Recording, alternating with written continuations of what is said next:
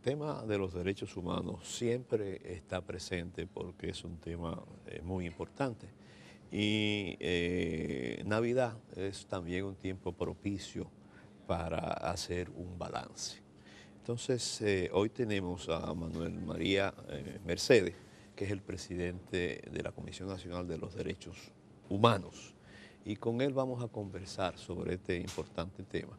Y quizás, don Manuel, pudiéramos empezar precisamente el balance desde la Comisión Nacional de Derechos Humanos, de los Derechos Humanos República Dominicana, en este año que está ya prácticamente terminando. Bueno, buen día, profesor. Agradecido y a nuestro distinguido hermano eh, Adalberto. Ustedes saben que para nosotros ustedes son una gente que lo distinguimos por el esfuerzo y la ayuda que nos hacen para hacer posible que en el país se entienda que hay derechos humanos. Y a propósito de hoy 10, Exacto, que es el se Día conmemora el Día Internacional de Internacional. los Derechos Humanos, desde la perspectiva de derecho, nosotros decimos que parece que faltan 66 años más para que el Estado Dominicano entienda la interpretación de lo que fue esa Declaración Universal de los Derechos Humanos en esos 32 artículos que contempla la declaración, además de los casi 7 y 8 pactos internacionales de los que somos signatarios, al igual de aquellos que han sido rechazados, como el caso del acuerdo migratorio que se ha estado produciendo a nivel del mundo, de los cuales casi los 200 países, apenas unos 14, se niegan, en lo que la República Dominicana se pone en la lista nuevamente de aquellos países que actúan al margen de los derechos y de los espíritus, o sea, del espíritu que tienen estos pactos a favor de la gente. Y hoy conmemoramos este 66 aniversario sin grandes avances para la República Dominicana, con grandes retrocesos que nos llevan a nosotros a decir que ese artículo 7 que plantea la Constitución sobre el Estado democrático y social de derecho sigue siendo un sueño, sigue siendo una aspiración de aquellos legisladores que lo pusieron en la Constitución y sobre todo del pueblo dominicano. Hoy yo quiero dejarle a ustedes este informe que recoge, que yo estoy seguro que cuando ustedes le den lectura se van a dar cuenta de lo que yo estoy diciendo. Ahí está recogido en varios aspectos de cómo ha transcurrido el año 2018 en materia de derechos humanos, desde los derechos civiles, de los derechos económicos, de los derechos culturales, de los derechos medioambientales, desde los derechos migratorios y así sucesivamente, que quiero entregárselo formalmente Denos al profesor. un avance de cuál ha sido el comportamiento respecto a los derechos humanos en este año que termina.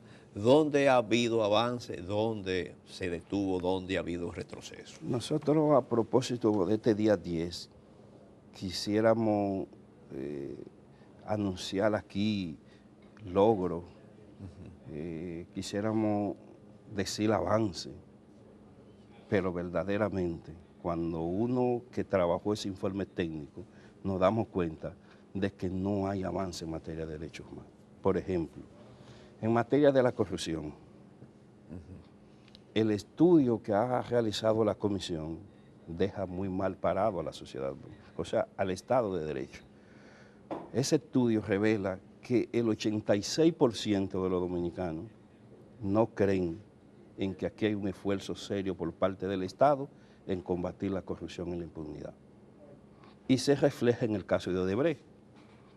El 3.6 de los consultados revela que están todos los que están, pero el 87, casi el 90% de los consultados no confían y dicen que faltan más que los que están. ¿Qué quiere dejar dicho esto? Que la mayoría entonces del pueblo dominicano entiende que el caso de Odebrecht no llena las expectativas en materia de corrupción e impunidad. Para no seguir señalando los otros casos, como el de los tres brazos, que aquí en 1+1 fue un pionero. Antes de seguir mencionando los casos, vamos a darle la bienvenida también a Roque Félix, del Centro Juan Montalvo, quien se incorpora al panel. Roque se dejó atrapar por los tapones, ¿verdad? De esta hora. Pero bienvenido, bienvenido. Bueno, continúe la sí, idea, Roque. Eso es en materia de corrupción e impunidad.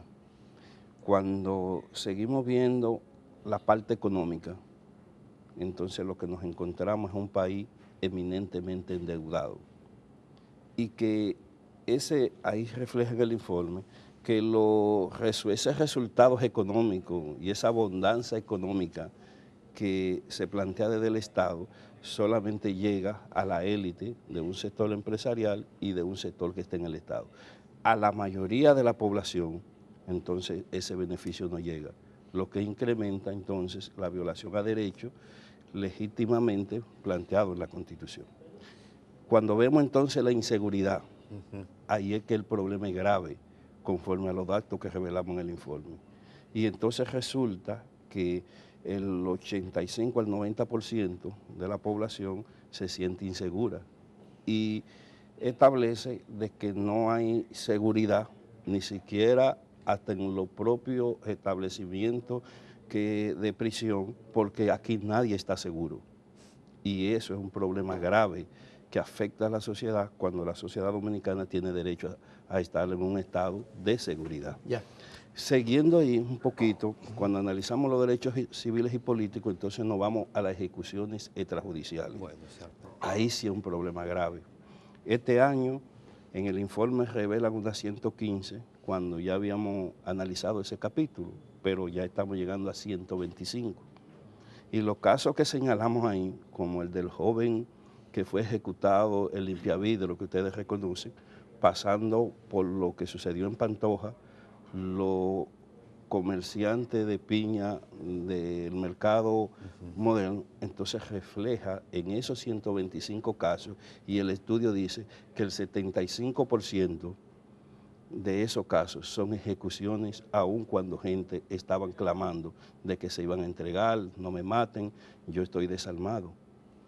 Y ahí se detectan dos fallas graves en el problema de la conducción del Estado en esta problemática. Uno es la falta de preparación técnica por parte de los efectivos policiales que no saben cómo enfrentar esta situación, y lo segundo es que ya se ha hecho una cultura por parte del Estado dominicano que entiende que es la mejor forma de combatir la delincuencia y la violencia que hoy afecta a la sociedad, depurándolo de este sector. Pero ahí mismo nos encontramos de que más de 100 de personas visitan a la comisión porque se ha reintroducido en este año 2018 la tortura, los apresamientos ilegales, los tratos crueles, degradantes, inhumanos, que este año rompieron el récord del año pasado. En síntesis, yo puedo decirle que cuando nos ubicamos en materia porcentual entre lo que es los derechos humanos de 2018 y el 2017, entonces hubo un retroceso que sobrepasa el 35 al 40% de lo que fue el año pasado. Es decir, que este año en vez de avanzar, retroceder. Hemos retrocedido Roque, considerablemente. ¿cuál es el en materia de balance derechos humanos. que tienen ustedes con relación al comportamiento de los derechos humanos en el país, al respeto a los derechos humanos en el país, o al ejercicio de los derechos humanos en el país?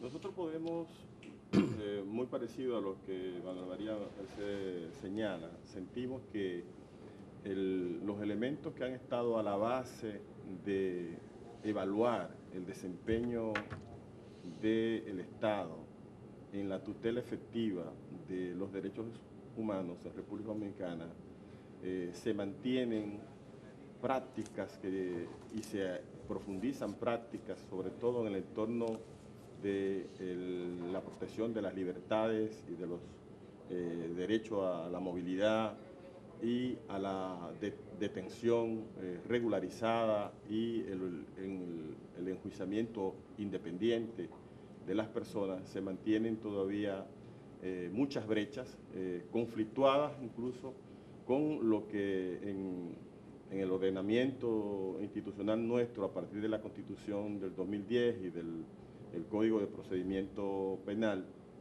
deberían constituir avances significativos. Todavía perviven prácticas en el sistema policial de la República Dominicana que riñen con la protección y la tutela efectiva de los derechos humanos.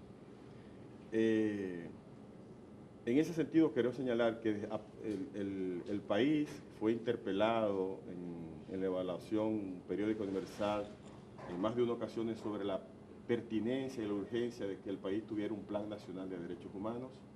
Este plan se inició en el 2015 una discusión con organizaciones de la sociedad civil, se planteó la posibilidad de que el país contara con un plan nacional de derechos humanos 2015-2020 y hasta el día de hoy, prácticamente 3 años y medio después, no contamos.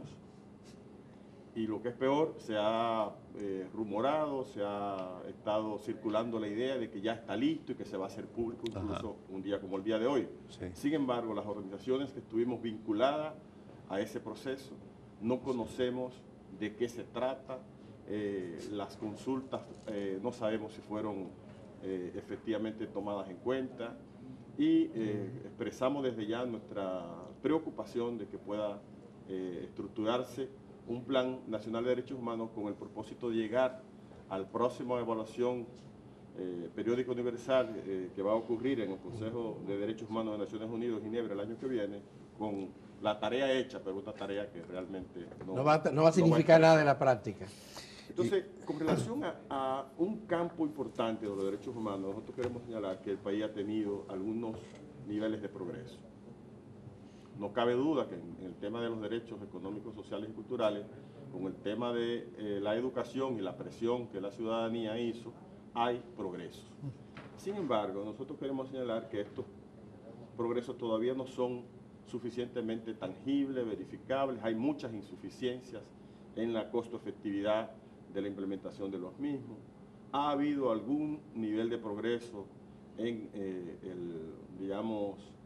en el sector de salud. Uno podría encontrar algunas, ampliaciones de cobertura, por ejemplo, en el Plan Nacional de Inmunización, en términos relativos, para como ocurría en otros años. Ha habido una disponibilidad de infraestructura sanitaria en muchas regiones que prefiguraba la posibilidad de que efectivamente esté operando un sistema de salud. Sin embargo, cuando uno mira los indicadores del desempeño, la mortalidad neonatal, cuando uno mira la mortalidad materna todavía y uno mira las prevalencias de morbilidad que deberían estar controladas de manera significativa en el país, uno dice, ¿por dónde es que anda la protección efectiva del derecho a la salud en la República Dominicana? Hay unos temas críticos en los cuales el país en los últimos años ha hecho un esfuerzo. Uno de ellos derivado de una sentencia que provocó una ignominia y que a partir de ello un intento de reparación con la ley 169 permitió, y durante estos años se ha estado en curso un proceso de, de entrega del registro civil a un conjunto de dominicanos de ascendencia haitiana, que ha sido relativamente significativo, sin embargo, insuficiente. Señalamos también preocupación con un número importante de este grupo, de esta población, los denominados categoría B, que son aquellos que no pudieron oportunamente ser registrados porque a pesar de que sus hermanos sí lo fueron, en su momento se tomaron decisiones administrativas en la Junta Central Electoral para impedir.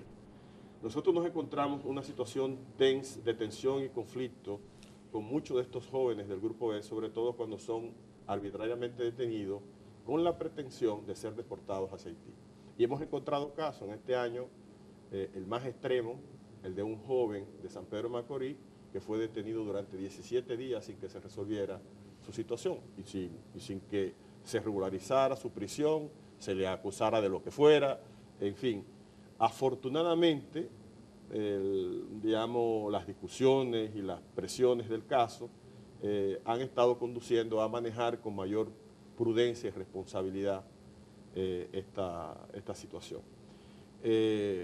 Nos encontramos también, por otro lado, con un tema de alta preocupación para nosotros que tiene que ver con el incremento de la intolerancia, digamos, contra los defensores de derechos humanos, sobre todo con poblaciones especialmente vulnerables, en particular discriminaciones específicas contra, por ejemplo, la población LGTBI en la República Dominicana, abusos policiales contra esta población,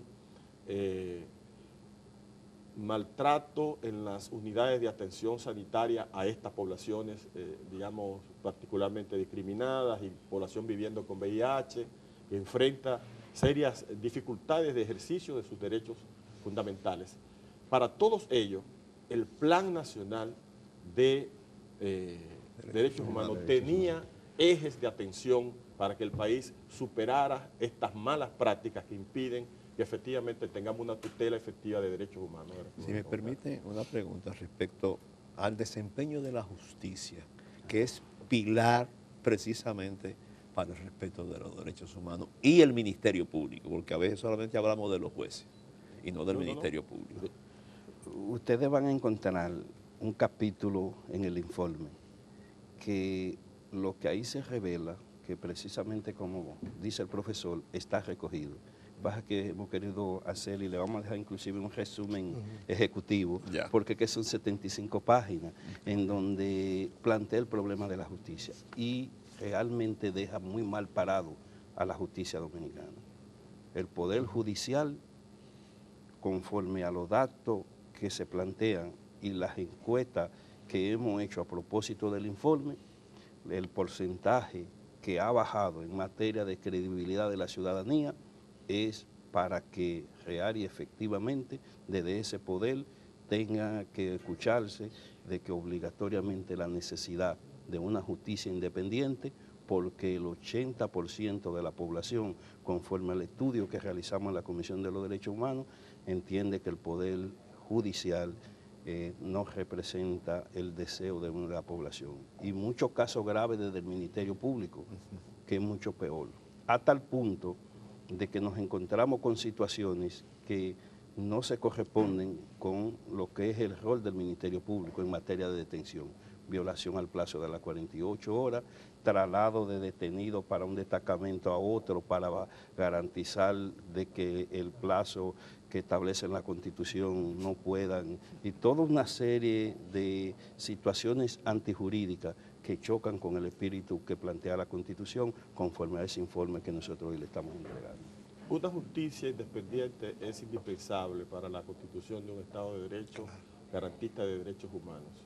Y nosotros tenemos un sistema judicial que está contaminado por la política. Hay líderes parciales políticos, de partidos políticos, en este sentido cuando decimos independencia política, nos estamos refiriendo a independencia de los partidos políticos, independencia de los poderes fácticos también, que impiden muchas veces un ejercicio independiente de la justicia. En el país ahora mismo tenemos luces y sombras. Hay algunas figuras del Ministerio Público y del Poder Judicial que tienen luz propia y que abordan, pero lo que predomina, lo que es hegemónico y a la cabeza del liderazgo, tanto del Ministerio Público como del Poder Judicial, están figuras que pertenecen a partidos políticos y que responden a sus tendencias de sus partidos políticos. Y eso se expresa como parte de lo que afecta la protección efectiva de los derechos humanos y de las libertades democráticas en la República Dominicana. Nosotros vamos a tener que buscar una vía de reforma, no sabemos cuál es y en qué momento. Sin duda alguna, como acaba de ocurrir ahora mismo, el referéndum en Perú era un instrumento utilizado. Si aquí se utilizara una figura equivalente, hace tiempo que las votaciones fueran súper favorables a la idea de una reestructuración sustantiva del sistema judicial. Una de las características del sistema judicial dominicano es la lentitud en conocer los procesos, sobre todo cuando se trata de personas pobres. Pero no solamente personas pobres, sino cuando hay casos, como el caso de Brecht, por ejemplo, que involucra políticos. La justicia tarda y a veces ni siquiera llega. Ni siquiera llega. En la cárcel hay mucha gente presa por ser delito, pobre. Sí. por ser pobre. Ya pagaron. Por ser pobre. En la cárcel hay Sí. mucha gente que ya pagó. Lo que en el caso que en se el le caso- haga culpable se le impondría. Usted se va a encontrar en el informe cuando analizamos el sistema penitenciario que el 75%, es decir, de cada 100 privados de libertad, hoy el 75% no sabe por qué están presos. Con el agravante de que el Código Penal plantea que la prisión preventiva no puede ser más de un año. Entonces, de ese 75%, usted se va a encontrar que un 40 a un 45% tienen 2 años, tienen 3 años, por lo que ya se anticipa una prisión adelantada, algo que es grave en el Estado de Derecho que plantea la Hay un Constitución. ejemplo conocido. Usted se recordará del periodista Blas Oliva, Claro que somos que lo parte- asesinaron Claro. en Bonao. Sí. Bueno, pues ese caso todavía está en primera instancia, todavía no se ha hecho juicio de fondo No se ha hecho juicio de fondo. contra los acusados y ya estamos hablando que vamos para el tercer año, Para el tercer año. de esa situación. Y si ustedes supieran la cantidad de reenvíos que se ha hecho, ¿cómo afrontar esto de la lentitud de la justicia, sobre todo cuando se trata de los pobres, como ustedes han dicho? Y desde el punto de vista de los derechos humanos, ¿verdad? ¿Qué hacer? ¿Cómo enfrentar esa situación? ¿Cómo cambiar esta manera de impartir justicia en el país? Nosotros estuvimos participando desde el Centro Montalvo y otras organizaciones de la sociedad civil en un esfuerzo por impulsar cumbre, por las reformas, por modificar con perspectiva, digamos, el desempeño y la perspectiva de ejercicio del derecho en el sistema judicial de la República Dominicana. Algunos destacamos la precariedad con que este funciona en muchas de sus dimensiones, la insuficiencia presupuestaria con que muchas veces opera esta administración. Algunos enfatizábamos algunos aspectos que podrían tender a mejorar, porque a tratar de persuadir a los tomadores de decisiones en el proceso de reforma que se pudiera impulsar desde adentro, pero sentimos que no hay condiciones en las actuales coyunturas institucionales del país para soñar una reforma del sistema judicial. Eso va a ser realmente muy difícil. El liderazgo de los partidos políticos que podrían también producir, digamos, condiciones propositivas para dialogar con los determinantes, digamos, institucionales que podrían tomar las decisiones, tampoco son favorables, porque aquí todo esfuerzo de propuesta o posible concertación de un pacto nacional por algo se convierte en un mecanismo de competencia de la oportunidad electoral y se contamina. En fin, vemos muy difícil el futuro de la justicia en la República Dominicana hasta que no surja un liderazgo en el conjunto del sistema institucional del país y del sistema político que realmente se comprometa a andar los caminos de una reforma institucional nueva. ¿Qué nos pueden decir sobre el pacto migratorio que el gobierno dominicano decidió que habían razones suficientes para quedarnos al margen y no firmarlo cuando en el fondo lo que también está presente es el respeto de los derechos humanos, de la condición de un inmigrante, que es ante todo una persona? Claro, nosotros en todo momento, desde la perspectiva de la comisión, fue nuestro llamado al presidente de la República que debió verse casado con la gloria y firmar el pacto, porque es un pacto que lo que establece 3 elementos fundamentales que nosotros desde la perspectiva de los derechos humanos decíamos que es lo que mejor le convenía al Estado Dominicano y a la República Dominicana, que contrario a la objeción que hacían sectores que jamás ni van a estar al lado del gobierno, pero ni mucho menos van a estar al lado de las mejores causas del pueblo dominicano, que objetaron inclusive el pacto sin haberlo leído y sin conocerlo, creemos todavía que hay tiempo para que el presidente, y sobre todo como él conduce al Estado Dominicano, debe ratificar, cambiar el criterio que él ha establecido ahora, porque en principio el pacto el gobierno lo había firmado. Claro. Y ahora, de buenas a primeras, por la presión de estos sectores, es como que yo diga que sí y después digo que no. Y ahora ha dejado al Estado Dominicano en una situación de descrédito a nivel de la comunidad internacional, que no cree en el Estado ni cree en el gobierno, porque cómo es que después de 2 años pasando una discusión que tú lo avalas, que conforme a la norma de derecho internacional, eso era al Congreso ya que le correspondía decir si lo ratifica o no, y el Estado enviarlo, entonces por una simple presión.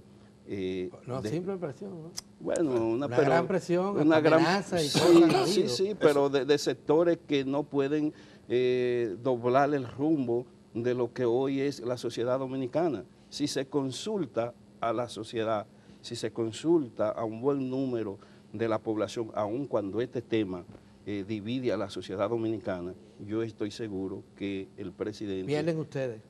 Es probable, pero se consultó. No se deja tumbar el pulso de sectores que nunca están...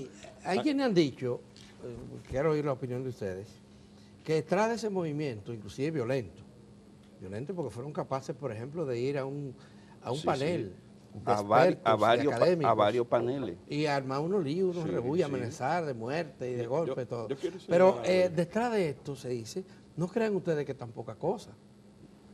Está una alianza de 2 partidos, de 2 fuerzas importantes. Leonel Fernández la encabeza, que ha prometido, arremetió contra ese pacto y ha arremetido contra todas las políticas progresistas en la práctica de esto. Y Leonel Fernández no es cualquier cosa. Ni los vinchos son cualquier cosa. Claro. Nosotros lamentamos desde el Centro Montalvo que desafortunadamente por las presiones políticas, el escenario político que se presentó en este país, de cara a la firma del Pacto Global por las Migraciones, realmente fue un ambiente político bastante enconado, con mucha crispación, y hay que señalar que no solo fueron los sectores tradicionales los que se alinearon y armonizaron con este enfoque, también los partidos políticos mayoritarios de oposición hicieron causa común. Claro. Las tendencias políticas adversarias del presidente de la República en el Partido de la Liberación también hicieron coro con esta posición. Lo convirtieron en una lucha contra el presidente. Claro, en el fondo una lucha contra el contexto electoral de potencial predominio del del liderazgo del presidente de la República. Como en el contexto preelectoral existente, el presidente de la República es parte de un rostro visible y aupado por sectores al margen de lo que diga la Constitución de la República, y tiene una calada en un segmento importante de la población. Estos sectores a coro, con mucha irresponsabilidad política, hay que señalarlo, porque no leyeron el documento, porque no pudieron incluso identificar la oportunidad que representa este pacto para nosotros lograr que Haití se comprometa con la comunidad internacional en hacer lo que más afecta a la República Dominicana. Son 2 cosas. El pacto plantea 2 cosas. Una, que los estados documenten a su población antes de emigrar. Y es una responsabilidad sustantiva de los estados. Un mecanismo que nos podría haber ayudado a nosotros para hacer mayor presión hacia Haití. Pero por otro lado, somos un país de inmigrantes, señores. Y por otro lado, conciencia de la comunidad internacional de que las migraciones por razones económicas es una responsabilidad de la comunidad internacional ayudar a esos países a garantizar que su población no se vea forzada a migrar. O sea, el pacto nos favorece. Solamente la lectura apasionada y desbordada de el sentimentalismo manipulado antihaitiano pudo dar lugar en un contexto preelectoral como existente. Claro. Entonces, perdón, es por eso que nosotros en la lectura vemos muy positivo lo que el gobierno planteó, porque el gobierno no solamente dijo yo no firmo el pacto, el gobierno dijo nosotros seguiremos defendiendo el Estado de Derecho de la República Dominicana, que nos obliga, el Estado de Derecho nos obliga a atender a migrantes que requieren determinado tipo de servicios sociales. O sea, en educación nosotros no vamos a sacar a los niños migrantes del sistema educativo. En salud el Estado está comprometido con la regularización efectiva de la población migrante. Quedó bien con Dios y con el diablo. Exactamente. Lo que yo creo que respondió políticamente a la circunstancia en que se le forzó. De todas maneras, yo quiero señalar lo siguiente, que no es mentira que en algunos temas de esto, y en particular en el tema de nosotros, con varias organizaciones de la sociedad civil, con, digamos, el Estado, discutimos el seguimiento a todos estos procesos y nosotros sentimos que hay una actitud de mayor responsabilidad en atender en particularmente algunos asuntos de la política migratoria. Bueno. Incluso, quiero señalar, pero no por se ejemplo, hace nada, Roque, frente incluso, a esos actos de violencia y de propagación del odio. Están haciendo grupos Sin embargo, minúsculos. ahí viene el tema. Sigue manteniéndose una actitud de tolerancia con estos grupos. Nosotros yo siempre he señalado que es imposible, que es incomprensible, que cada vez que el Falpo organiza un paro en las comunidades de Navarrete, de Licey y Salcedo, salen a relucir llamados de por favor, no el uso de la violencia. Sin embargo, a estos grupos no le dicen nada. Y a estos grupos, por el contrario, muchas veces lo que nosotros nos hemos encontrado es que la intervención de las autoridades policiales termina reforzando el comportamiento de ellos, como ocurrió en el Parque Duarte. Pero ahora en la Biblioteca Nacional. Y en la Biblioteca Nacional. Con un grupo de académicos. Sí. Yo quiero entregarle esta carpeta, que es un seminario a propósito de lo que dice Félix, exactamente, que contiene todos estos documentos, porque la Comisión, a propósito de conmemorarse hoy el Día Internacional de los Derechos Humanos, estamos desarrollando ese seminario y lo hemos titulado Acceso a la Justicia de los Grupos Vulnerables. Bueno, muchísimas gracias. Y entonces, para que nos le den seguimiento en los días que faltan ya para concluir. No queremos irnos sin hacer una petición al Estado con relación a lo del Plan Nacional de Derechos Humanos. Este es un instrumento de poner sobre la mesa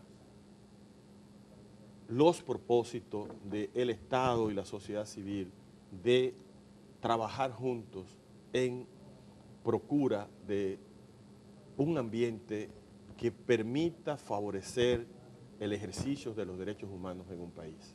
Por eso queremos llamar al Estado al Plan Nacional de Derechos Humanos, que se acoja y con todos los otros compromisos, entre ellos la ley para refugios y exiliados políticos que está en diseño, lo mismo que la ley contra la discriminación, que son instrumentos que el Estado ha ido asumiendo y que están en curso. Bueno, muchísimas gracias, don Roque Félix, connotado líder del Centro Montalvo y de la denominada sociedad civil.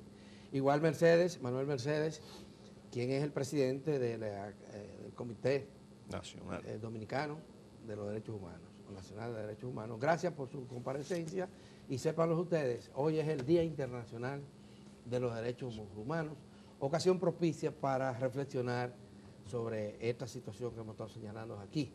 No se vayan, porque tenemos a otro grupo de personas que vienen a conversar con ustedes y con nosotros sobre temas de interés público.